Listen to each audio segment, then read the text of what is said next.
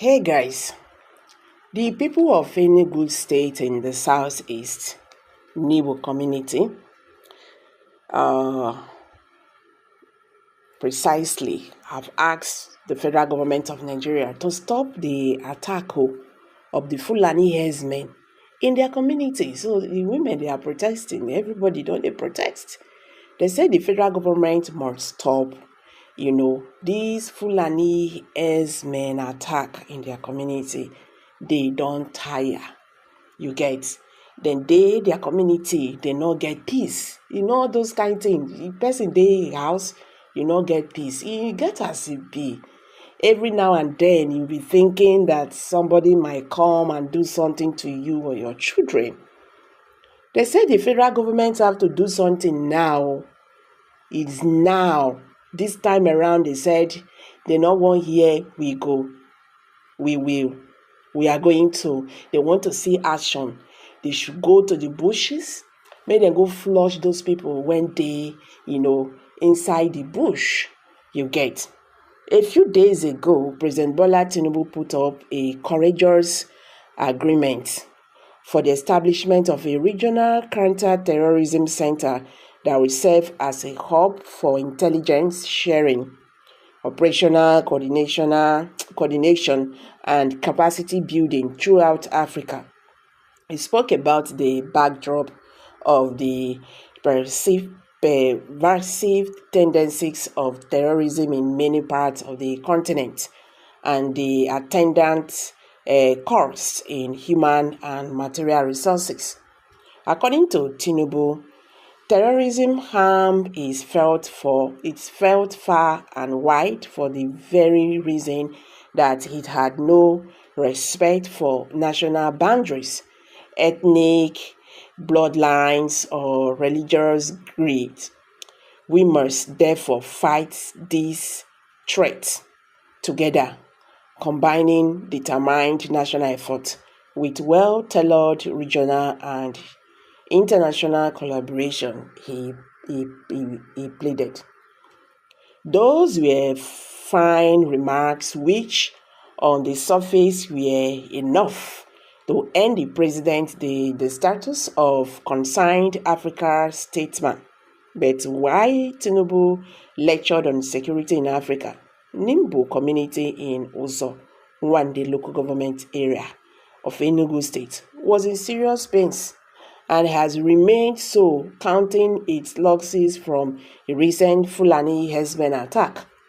The invasion, which took place on Sunday, April 28th, left many dead and others wounded. Various figures have been posted on the number of victims. But the APIS Igbo Social Cultural Organization, Ohanaeze Ndị Igbo, has identified 4 of the dead. They were attacked while mourning one of their own at Nimbo community in Enugu state. This is not the first time such mayhem would be visited on Nimbo. In 2016, about 40 persons were reportedly killed in the same community by suspected Fulani herdsmen. 7 villages, Nimbo, Nwako, and the rest. 10 residential houses and a church, Christ Holy Church International, aka Odozie Obodo, were burnt by the atrocious herdsmen. Vehicles and motorcycles were destroyed and domestic animals killed.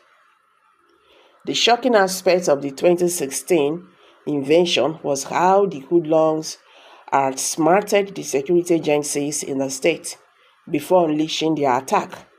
The then Governor Ifeanyi Wanyango had narrated how, on Sunday, April 24, 2016, by 7 p.m., the night before the carnage took place, he got security information from Uzo Nwanne local government transition chairman that such an incident was in the offing.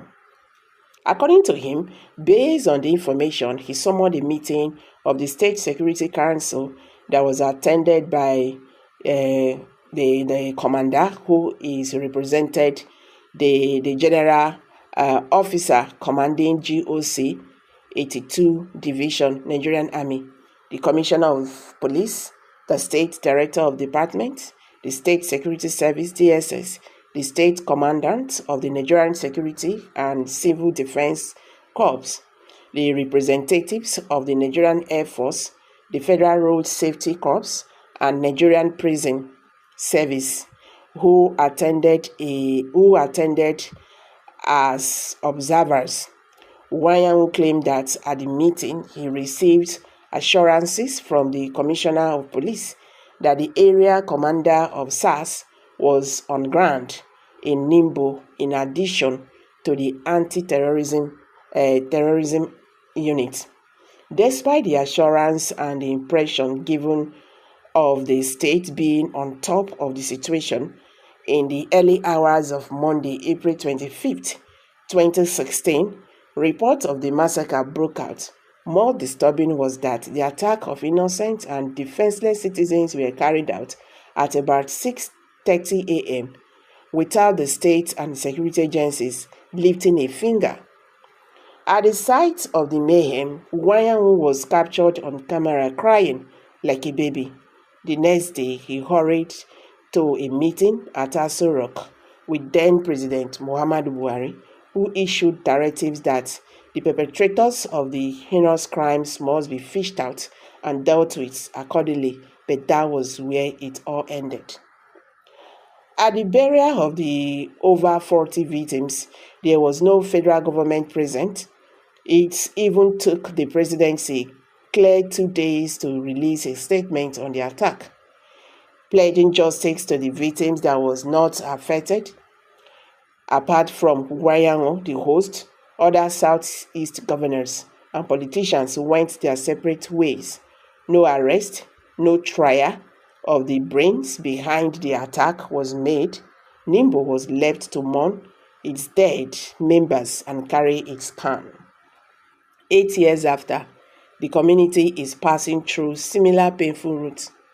As in the 2016 episode, there is no clear-cut statement from the authorities or program of actions at apprehending the hoodlums behind the April 28 attack and bringing them to justice. It was therefore not come on a surprise if the blood horns visit the helpless community again. That is what happens when certain groups or individuals commit crimes and are allowed to go unpunished. That is an extreme form of indulgence in which one is allowed to carry on with particular bad habits without bothering at how it affects others. If you read impunity on the side of the authors or alleged complicity on the part of the state, you may not be wrong. So guys, the people of Nimbo now asking federal government that they are tired. This thing had happened before, nothing was done. That this one, something must be done. The perpetrators of this evil act must be bring to book.